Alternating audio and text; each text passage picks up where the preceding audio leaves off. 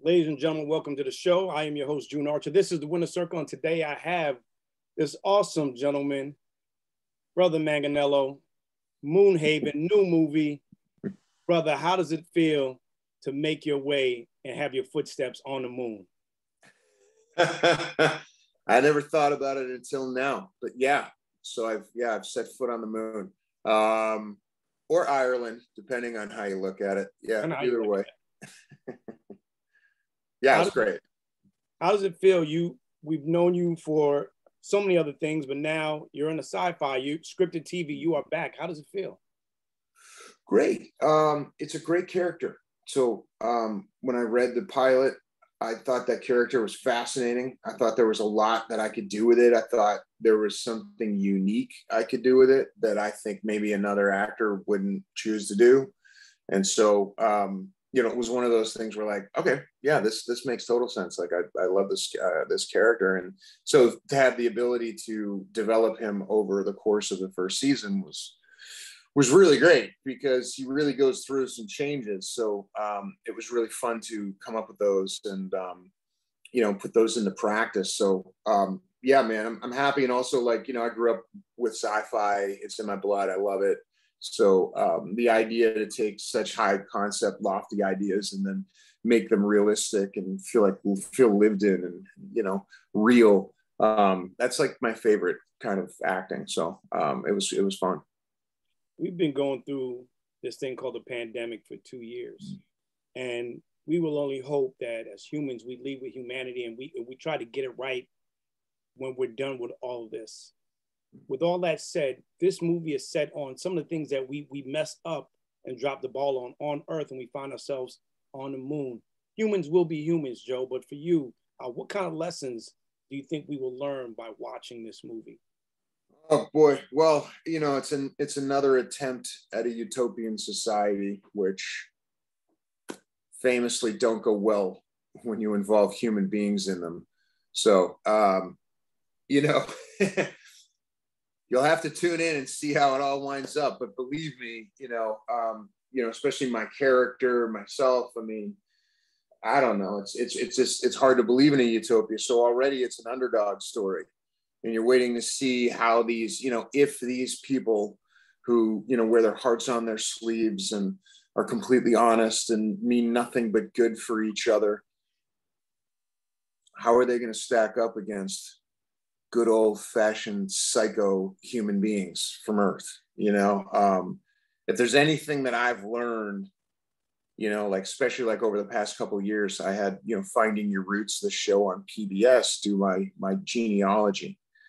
And, what was my big takeaway? Because there were so many surprises and twists and turns. And when you watch the episode, you're like, you're not going to believe what they dug up for me. But the one big takeaway was like, humans are awful to each other. They are.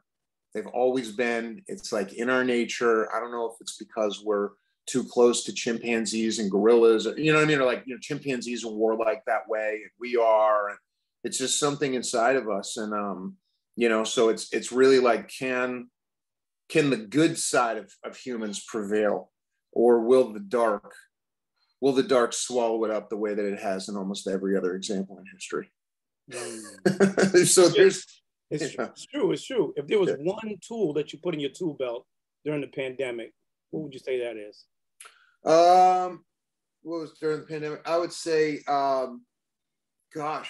this right here, learning how to substitute, personal interactions for Zoom, or at least like kind of getting used to that, because I do think it is the real way of the future. And it's going to change the way that, it's already changed the way everybody does business, and will continue to do that. So I think it's probably, being able to communicate and, via this device that we're looking at. Moonhaven is a movie. If you had to pack up today and go to the moon, 3 things that you would take with you, Joe. 3 things I would take to the moon. I'd take my wife, my dog, and man, what would I leave? I have to bring something to leave up there. Probably my terrible towel, my Steelers terrible towel, so I could wave it on the moon. Well, I'm a Patriots fan, so I'm gonna let you have that.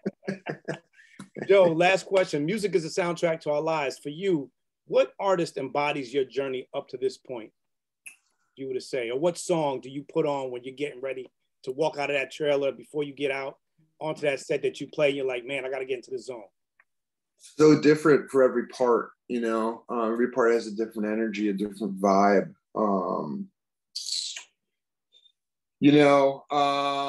It depends. I mean, if I need to like be emotional, then I would put on something. I don't know. I put on like Shane McGowan or something, you know. Nice. Okay. You know, but I mean, if I need to go out there and like, you know, stomp somebody, it's going to be like Ozzy maybe, you know. So I don't know, you know, or you know, I mean, there's other times where I'm just chilling out and relaxing, and that's probably, you know, or getting ready, brush my teeth, you know, and that's like a good time for, you know, something like a Massive Attack or, you know, something more down tempo. So I don't know, man. I'm kind of all over the place. I love that, though. I would ask you this, Joe. If you were a rapper, what would your rap name be? My rap name? Oh, man. I mean, it's maybe coming up in like the 80s, the 90s. I don't know. It might be like Jay Nice. Jay Nice. You know what I mean? That's my guy. That's why my name is Jay Nice. My name is Jay Nice. You know, I'm completely like biting off like D Nice. But, you know, it would be something in that neighborhood, but, you know. I love it. Joe, before I let you go, man, people are going through things, whether it's COVID, losing family members due to old age, things that we're going through, just to find the light at the end of the tunnel. The one gem that you could share with us today that may have been given to you by a parent or a mentor that you could share with someone today that will allow them to see the light at the end of the tunnel and maybe the glass half full instead of half empty. Yeah, I mean, I'm big on gratitude. So no matter how tough it is, no matter what you're going through, you can always find something to be grateful for, even the thing that's causing most of your discomfort. You know, there's a lot of times when you can find silver linings and lessons learned out of that kind of stuff. So I would just say, like, you know, if you're ever feeling down, you know, get into gratitude. I mean, you know, the fact is, like, there are people way worse off than any one of us, you know, on this call for sure. And people out there, if you were born in the United States right off, you know, right out of the gate, like, you're doing okay in terms of the rest of the world. You know, there are places that are people were born into that's hard. I mean, there's places at war. There's places, you know, I mean, child trafficking. I mean, it's like, you know, it's tough. You know, some of these dictator governments, you know, in South America, like, these are hard places to be born. So, you know, you can always find something to be grateful for. And I think it's in that'll change your own perception. Ladies and gentlemen, that's Joe Manganiello. I'm your host, June Arthur, the Winner Circle. Joe, thank you so much for leading with humanity and being grateful. We appreciate you. We love you. Moonhaven debuts July 7th. Make sure you check it out. Joe, we love you. And guess what, man? We'll meet you on the moon. Thanks, man. And also, Jay Nice and CL Smooth, our new album drops on Tuesday. Be sure to pick it up. Make sure you pick it up on all platforms.